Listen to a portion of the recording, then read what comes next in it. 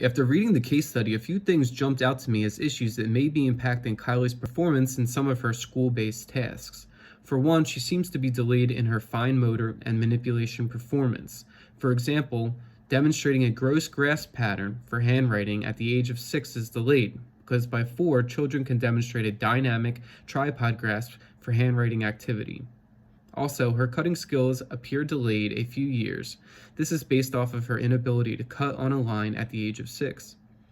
I was also wondering what her positioning was like during these fine motor tasks. From what I read, it appears that the patient has a weak trunk or core, and she is compensating during cutting by raising her elbows. I know that without the proximal support via strong abdominal muscles, strong shoulder muscles, or supportive sitting, that those distal fine motor tasks will increasingly be difficult to complete with success.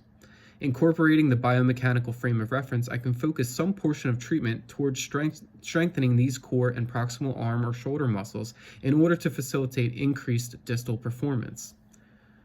I wrote 2 short-term goals for Kylie. Number 1 is Kylie will demonstrate the ability to use a precise tripod grasp on writing utensil in her preferred hand while in supported sitting during handwriting tasks. The second goal is Kylie will demonstrate proper sitting position while in school desk for up to 30 minutes while engaging in school-based fine motor activity. I will now go into 3 separate activities that I could incorporate into the therapy session in order to work towards Kylie's goals. The first activity, this will be a core and shoulder strengthening task that incorporates a fine motor component via plank walkouts over a peanut ball while completing a puzzle.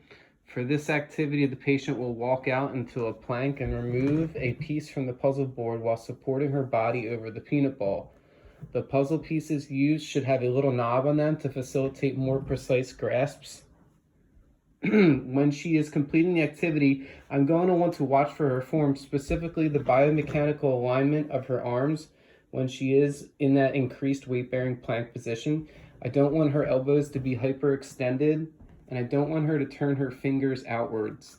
By working on the shoulder and core strengthening, I am addressing the lack of proximal support that Kylie experiences when she is performing fine motor tasks, and by incorporating the small knobbed pieces, I am addressing the handwriting precision grip goal.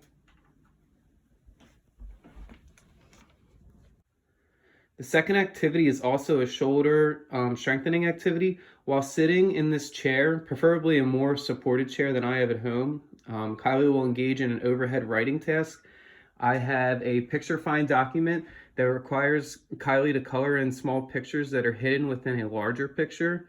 Kylie is required to use one arm to hold the paper up on the wall and use the other hand to make marks on the paper with a crayon. This activity can be specifically geared to for Kylie by making the writing utensil a small piece of crown that does not allow for the gross grasp in order to use this.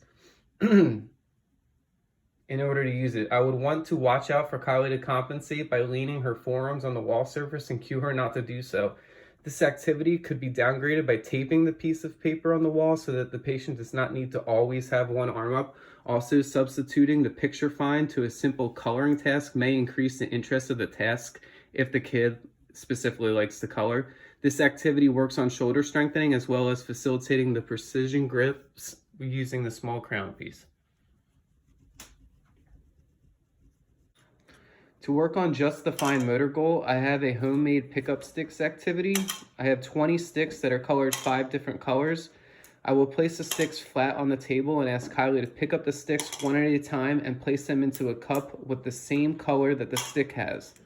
I would want to complete 1 rep of the activity with each hand. Timing the task may be a way to increase participation on Kylie's behalf and give me a way to show improvement should I do the same activity at a later time.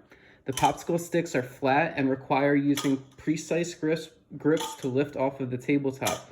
I will encourage Kylie to not perform a raking motion off of the edge of the table to retrieve the sticks.